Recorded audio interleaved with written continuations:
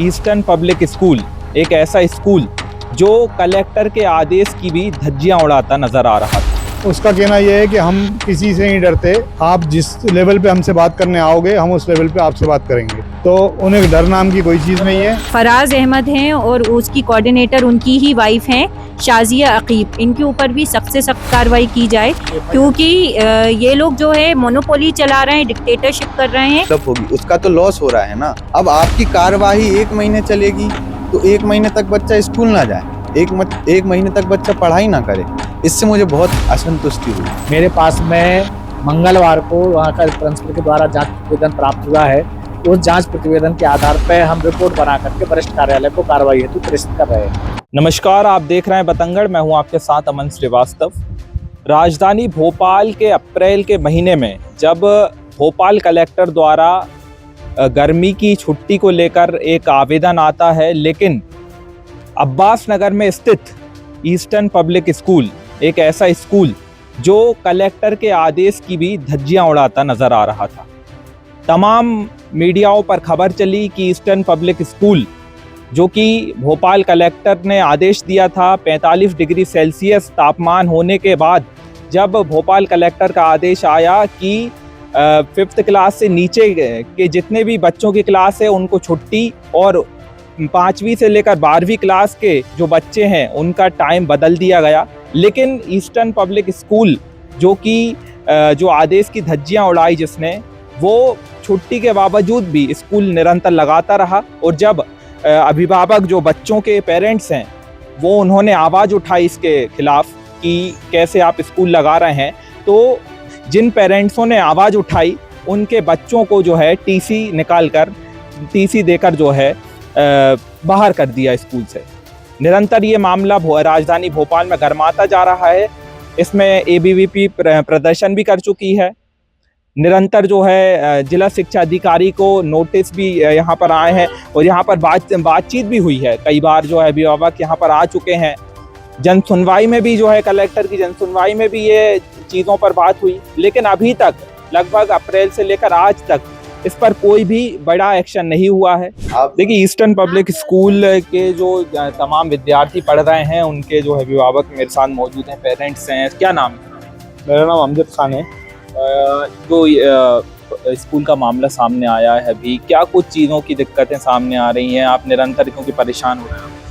हमें परेशान होते तो जब से गर्मियों की छुट्टियां लगी थी बच्चों की, तभी से परेशान हो रहे हैं, क्योंकि स्कूल वालों ने टर्मिनेशन का नोटिस मेल द्वारा देकर और अपने आप को स्कूल में पैक कर लिया, जिससे हम उनसे कोई बात ना कर पाएँ। और इस बीच हम उनके पास कई बार गए भी, गेट पे खड़े रहे, पर हमें उन्होंने मुलाकात का कोई टाइम नहीं दिया। बार बार हम शिक्षा संबंधित अधिकारियों के पास उनके शिकायत के आवेदन देते रहे, उसके बाद भी उस स्कूल पर कोई फ़र्क नहीं पड़ा कि उसको किसी बात का डर हो कि हमारे लिए इतनी शिकायतें कई माता पिता कर रहे हैं। तो उसका कहना यह है कि हम किसी से नहीं डरते, आप जिस लेवल पे हमसे बात करने आओगे हम उस लेवल पे आपसे बात करेंगे। तो उन्हें डर नाम की कोई चीज़ नहीं है, धमकी भी दे रहे हैं। धमकी नहीं करके बता दिया उन्होंने क्या किया। हम लोग उन्हीं के आश्वासन में रहे। यहाँ पर जितने भी कार्यकर्ता हैं सब लेवल्स की बात करते हैं कि हम इस लेवल पे जांच कर रहे हैं, इस लेवल पे जांच कर रहे हैं। इन लोगों ने हम लोगों को जो बैठे हुए हैं पावर में, उन्होंने बोला आप अपने बच्चे को जब स्कूल रीओपन होंगे आप भेजिएगा, आपके बच्चे को कोई नहीं निकाल सकता। हम लोग उनके आश्वासन पे हमने परसों अपने बच्चे को तैयार करके EPS school eastern public school भेजा, जिसके प्रिंसिपल फराज अहमद हैं और उसकी कोऑर्डिनेटर उनकी ही वाइफ हैं शाजिया अकीब। इनके ऊपर भी सख्त से सख्त कार्रवाई की जाए, क्योंकि ये लोग जो है मोनोपोली चला रहे हैं, डिक्टेटरशिप कर रहे हैं। इन लोगों को जो पसंद नहीं आ रहा है, जो ग्रुप हमने बनाया था उसके अंदर कम से कम 50 बच्चे होंगे, लेकिन उन्होंने 8 बच्चों को टारगेट किया है। ठीक है, तो पहले तो ये पार्शियलिटी है, अगर आप पॉलिसी के उसमें चल रहे हैं तो आप पूरे 50 बच्चों को निकालते, पहली बात। दूसरी बात, हमने ये जो कार्यकर्ता हैं इनके आश्वासन के चलते हुए हमने अपने बच्चों को परसों स्कूल भेजा, और हमारे बच्चों को गेट पर जो है टीसी दे दी गई हाथ में। अब मैं ये पूछना चाहती हूँ, हमारे शासन से, क्या हमारा जो कॉन्स्टिट्यूशन है वो इतना कमज़ोर है कि सबको ये बात पता होने के बावजूद आरटीई का एक्ट है जिसके तहत आप 14 साल की उम्र के कम बच्चे को टीसी किसी भी कंडीशन पे नहीं दे सकते। अब आपको जब ये एक्ट पता है उसके बाद भी आपको जांच करने की ज़रूरत है, और जांच ये कोई और मामला नहीं है, ये बच्चे की शिक्षा का मामला है। इसमें होता है साल, टाइम क्राइटेरिया होता है, हर स्कूल में एडमिशन मिलने का एक टाइम होता है। आज स्कूल रीओपन हो गए हैं, हमारे बच्चा अभी उसको पता नहीं है हम किस स्कूल भेजेंगे, तो क्या ये जो मनमानी कर रहे हैं ईस्टर्न पब्लिक स्कूल वाले, इसकी वजह से क्या हम अपने बच्चे का साल बर्बाद होने देंगे? और ये अगर पावर में लोग बैठे हुए हैं और अगर उसके बाद भी हमें 2-2 महीने चक्कर लगाने पड़ रहे हैं, उसके बाद भी कोई कार्रवाई हो नहीं रही है, तो इसका जिम्मेदार कौन है? और हमें इस मुद्दे पर जल्द से जल्द कार्रवाई चाहिए, इसलिए क्योंकि हमें अपने बच्चे को दूसरे स्कूल में भी अब एडमिशन दिलाना है। उसके लिए हमें जितना भी हमारा खर्चा उस स्कूल से आएगा और जितनी इस साल की फ़ीस उस स्कूल ने ली है हमसे, ईस्टर्न पब्लिक स्कूल ने, हमें उसका पूरा कंपनसेशन चाहिए, इनसे हमें माफ़ीनामा चाहिए। और मेरी बेटी का अभी भी कुछ बच्चों ने कुछ लोगों के बोर्ड्स थे या नहीं भी थे, उन्होंने अपने बच्चों का एडमिशन कहीं और करा लिया है, बट मेरी बेटी, उसके लिए मुझे इनके जो बड़े अधिकारी बैठे हैं इनके द्वारा मुझे किसी भी स्कूल में एडमिशन चाहिए। कौन सी क्लास में है आपके बच्चे? 4th क्लास में। हाँ, 4th तो क्लास। मतलब एक तरीके से कलेक्टर के आदेश की भी इन्होंने, तो वही तो हदिया कहने का मैंने कि हमारी बात ही इस पर हुई थी, बात कोई मुद्दा था ही नहीं। हमने सिर्फ जो पेरेंट्स थे, आजकल ये ट्रेंड है, कोई ये हम लोगों ने पहला ग्रुप नहीं बनाया है, सारे पेरेंट्स का ग्रुप होता है। हमने इनके स्कूल भी जाकर शिकायत नहीं की, हमने सिर्फ आपस में ये बोला कि सारे स्कूल्स बंद हो गए हैं, हमारे छोटे बच्चे हैं, बीमार हो रहे हैं बार बार स्कूल जाकर, तो हम लोग इनसे बात करते हैं। सिर्फ ये बात, इस बात पर किसी बच्चे को, 4th क्लास के बच्चे को टीसी देना ये कहाँ तक सही है? हमें इसका भी चाहिए कि ये क्या इस तरह से आप लोग क्या कर रहे हो? बड़े ओहदे पे जो लोग बैठे हुए हैं, इतना आसान है किसी भी बच्चे का फ्यूचर बर्बाद कर देना? बस यही सब मांगे। कहाँ अभी आप लोग गए हुए हैं, कहाँ अधिकारियों से बात की है? हमारी शिक्षा विभाग डीईओ ऑफिस में आवेदन लगे हैं, करीब 4-5 बार आवेदन लगा चुके हैं। यहाँ पर बाल संरक्षण में लगा दिए हैं, सीएम हेल्पलाइन में लगा दिया है, कलेक्टर साहब को पर्सनली लगाए हुए हैं और जन सुनवाई में भी दिए हुए हैं। और ऐसे शिक्षा से संबंधित सारी जगहों पर अभी तक आवेदन लगा कर स्कूल के खिलाफ कार्रवाई करने के लिए हम बोल रहे हैं। मैम, कितना रिस्पांस मिल रहा है, क्या देखती हैं अभी तक जो आप अधिकारियों से मिल रहे हैं? आज आप लग रहा है कि सही सुनवाई कर रहे हैं? अभी तक तो 1.5 महीना हो गया, कोई ऐसा हमें रिस्पांस नहीं मिला है कि बच्चों के लिए कुछ किया गया है। हर एक कह रहा है कि हम कार्रवाई कर रहे हैं, लेकिन कोई अभी तक कार्रवाई हुई नहीं है। और ये बात मुझे लगता है स्कूल वालों को भी पता है, वो इतने बेफिक्र हैं कि जो होना है आप करवा लिए, गवर्नमेंट को कुछ नहीं हो। मतलब आपने रीस्टार्ट हुए स्कूल, तो अब स्कूल में नहीं आने दे रहे हैं? स्कूल में नहीं आने दे रहे हैं बच्चों को जो गया है, जो बच्चे गए थे उनको टीसी दे दी है। ज्ञान में मामला आया था, उनसे बातचीत हुई, क्या कुछ पूरी चीजों का लग रहा है? क्यों जो है ये माताएं 15 दिन से परेशान है, ठीक है।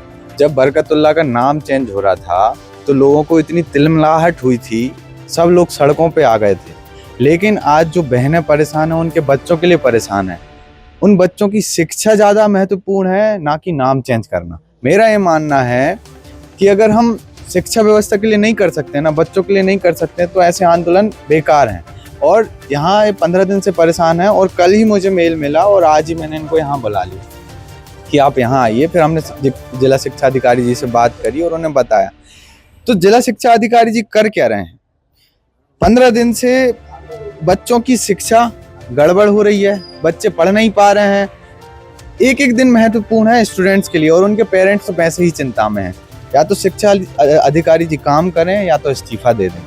ठीक है, धन्यवाद। जो हमारे अभी स्टार्ट जो वीडियो हमने किया था अंदर का, उसमें ये देखने को मिला था कि जब जो पेरेंट्स हैं, सर हैं, उन्होंने कहा था कि अब हम क्या करें, तो जिला शिक्षा अधिकारी ये बोलते दिख रहे हैं कि आप बैठिए, यहीं बैठिए, हम क्या कर सकते हैं, आपको बैठना पड़ेगा। तो ये कितना सही मान?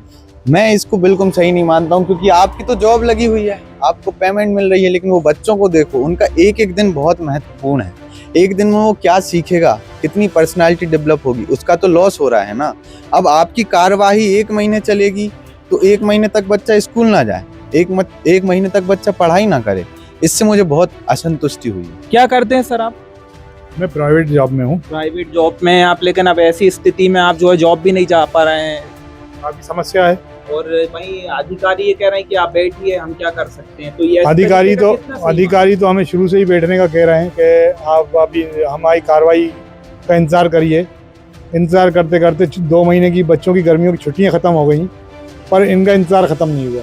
भाई मैं क्या कर दूँ, बैठो बैठो आप, जहाँ भी आपको है आप बैठ जाइए आप भाई। नहीं भाई, मुझे अधिकारियों ने जो बुलाया है, नहीं गेट पे क्यों बैठ जाओगे, आप तो बैठो ना, आप तो यहाँ बैठो आप।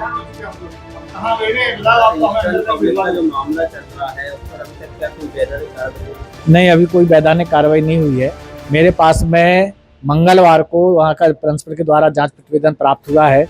उस जांच प्रतिवेदन के आधार पर हम रिपोर्ट बना करके वरिष्ठ कार्यालय को कार्रवाई हेतु प्रेषित कर रहे हैं। सर पेरेंट्स इतने परेशान हो गए हैं, 4 बार आ चुके हैं और एक पेरेंट नहीं 4 पेरेंट्स परेशान हैं। आप क्या कर रहे हैं सर? क्या आपकी सुन नहीं रहा है स्कूल?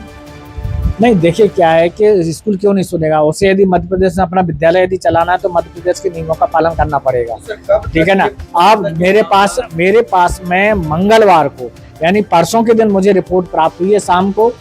कल छुट्टी थी, आज मैं बना करके वरिष्ठ कार्यालय को प्रेषित कर रहा हूँ, वहां से उस पर कार्रवाई होगी। पेरेंट्स को क्या आश्वासन दिया आज के लिए?